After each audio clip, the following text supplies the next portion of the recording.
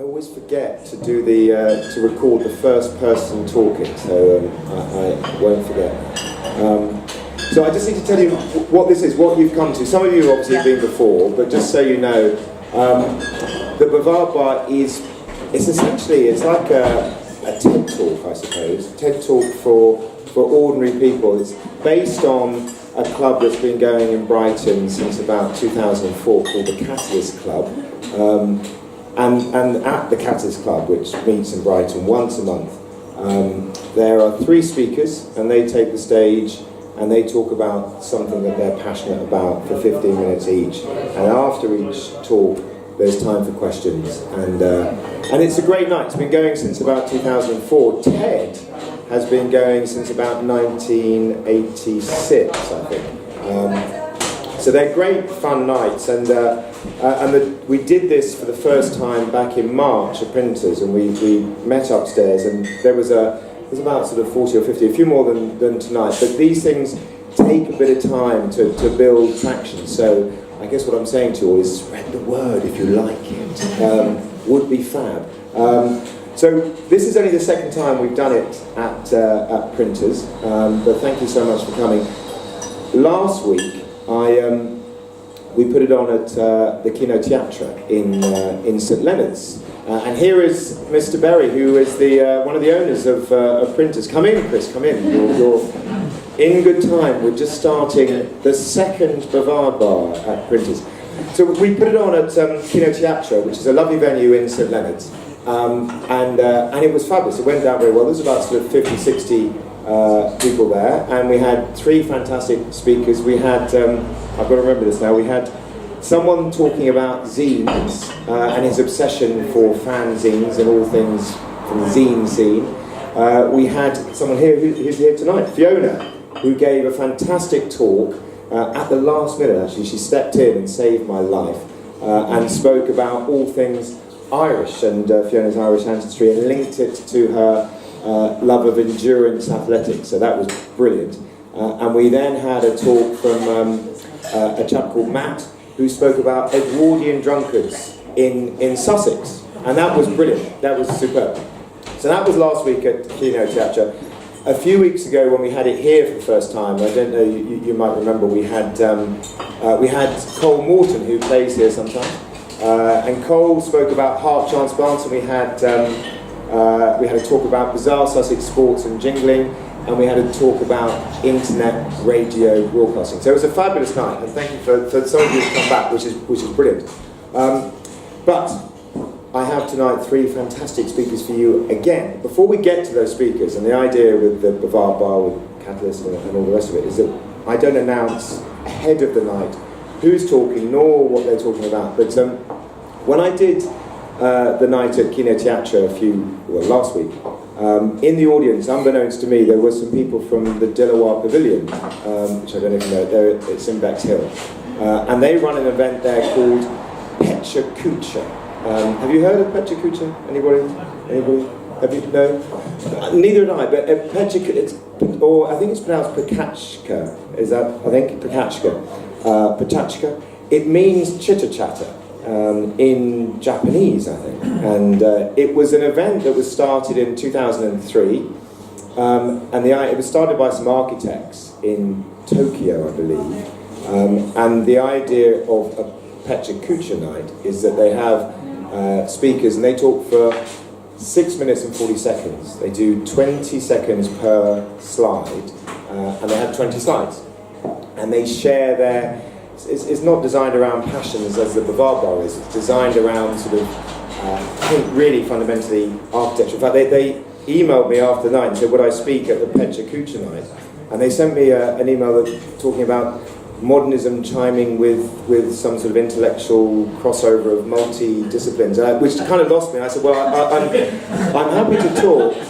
But can I just talk about music festivals or something? And they went with that as an idea. So before I hand over to our speakers, what I want to do, because I've never done this, the whole kind of timing thing is I'm not big on timing, and so I've not done something that's so structured. I'm also not particularly good on organisation and structure. So I thought if I have an opportunity to trial my talk, which actually then implies I've actually written a talk, which I haven't. But I have found about 10 pictures of music festivals, and I thought if I zoom them up and try and talk for 20 seconds about these, then I'll know if I'm kind of on the right line. So we've set something up.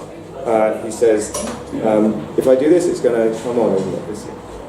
So I'm going to hit this thing, and it's going to bring up about 10 slides, and they will move on automatically at 20-second intervals. And I'm going to try and talk about what they are, which is going to be interesting. And it's the first time for you and for me. Okay? So, and I've got to do this in a couple of weeks. Apparently, I think they do a Pechacucha night at the Dillow Pavilion every 3 months. And they've asked me to do it, but it's very short notice because it's next week, so or the week after next. So they've persuaded me to do it. So here we go. I'm going to try this out. Right. Okay. Right. So okay, hands up. Who's been to a music festival here? Anybody? Good. That's more. Who is thinking about going? Who would like to go to a music festival? But, okay. Good. But did you enjoy it? Anybody know what that is? That's a view of Glastonbury. That's Pennard Hill, looking down over Glastonbury. First thing you need to know about going to a music festival is you usually park about a mile away from where you camp. So you have to get your kit from your car to your tent. That is not a good system, okay? Wheelbarrows don't work, but people are passionate about this. This works, okay? So these are wheelie bins, and that's me with the hat on in the middle. But they work, and the reason they work is because actually, I'm happy to do this so I can see what's happening. They work because bin men use them. They're tough as wheelie bins, basically. Right, my next thing. Right, if you're going to go to a festival, get there bloody early, because if you don't, that's what you're looking at. And where you pitch your tent kind of matters, because if you get there late, you're going to end up pitching next to some kind of pathway that's going to be very noisy during that, or next to a loo. There you go. And frankly, when I looked at slides of festival toilets, and I had a really gross picture, which I just couldn't do. So these are some festival toilets, and I that's it. I have nothing to say about it. Just you've got to do it. So there they are. But the other thing you need to know, I think that picture was Glastonbury used that picture to promote Glastonbury a couple of years ago, because obviously it's usually muddy, and the weather is the weather in the UK. So you need to go prepared to get wet and to get muddy, and essentially to embrace the muddiness. Showers. Just don't bother. You're only there for 4 or 5 days. You don't need to wash. You can survive without washing. Wet wipes are fine. So just it's there. I think showering every day is a kind of it's a newfangled thing, isn't it? Okay, that's a picture of me again. And the idea there, I'm trying to demonstrate that essentially what you wear, particularly on your head, is important, because I've got about 3 hats on there. When you're at the front at a festival, people throw bottles. You need some kind of head protection. I have nothing, so that works. And basically says, here we go. Hands-free. When you're at a festival, okay, you need to be hands-free for various reasons. So essentially, make sure that you've got access to your booze or whatever it is, but have your hands free, and that works. And wear your coats over the top. Just don't carry stuff, and don't have bags on if you can avoid it. Food, brilliant. Food is fantastic at festivals, so just don't take anything. Just eat. They literally provide all the food you could possibly shake a food stick at, and you will be fine. You will not go hungry. You don't need to bother with anything else. I need more material on the food. The phones. Why do people... don't bother with your phone at a music festival. You see people there at the front, and they're filming, they're watching the band through their phone. They're never going to watch that footage ever again. So just ditch your phone and enjoy the band. Last 2 slides, I think. This is down the front. This was Glastonbury a few years ago. So Lionel Richie was doing Dancing on the Ceiling. My point here is get down the front at a music festival, because this shit happens. These are the security guards, and they did a formation dance to dance. No one knows that apart from me. And this is the last picture, and this is David Albarn, obviously from Blur, and in the crowd there. I took this picture from the Isle of Wight Festival website, and you can just see in the orange glow myself and my daughter at the front.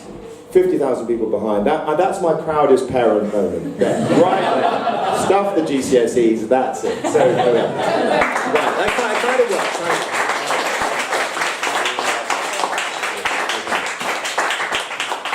works. I'm totally relieved by that, because that means I don't have to prepare it. I had no clue if that was, but I think that's fine, isn't it? Did that work? Okay, good. Right, enough from me. So, the big reveal for the Bavard Bar is always who is going to speak and what they're going to speak about. And tonight we have 3 fantastic speakers, just as we did last time, that are going to entertain you tonight.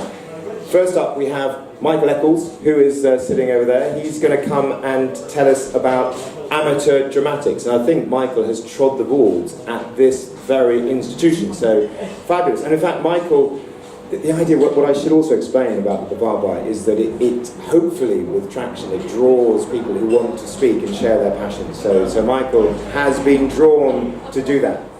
Second up this evening, we have Mel Elliott, who is sitting here. And Mel I met when I was promoting the gig in St Leonard's. Mel is going to talk to us about dead celebs. It's utterly genius. I will leave it there because it's blindingly brilliant, and she is going to tell us about dead celebs. And then after Mel, finally we have a very, very good friend of mine sitting at the back, Andy Ruffs to his mates, who is the chairman of Hailsham Harris, awesome runner, awesome all-round good guy, who is going to talk to us with no slides, but he's going to talk to us about his passion for running in the outdoors. I think Ruffs. That's essentially Ruffs's, well, one of Ruffs's passions. So we're going to have Ruffs at the end. So that's it. I'm going to hand over to Michael Eccles, who's going to tell us about amateur dramatics. Michael.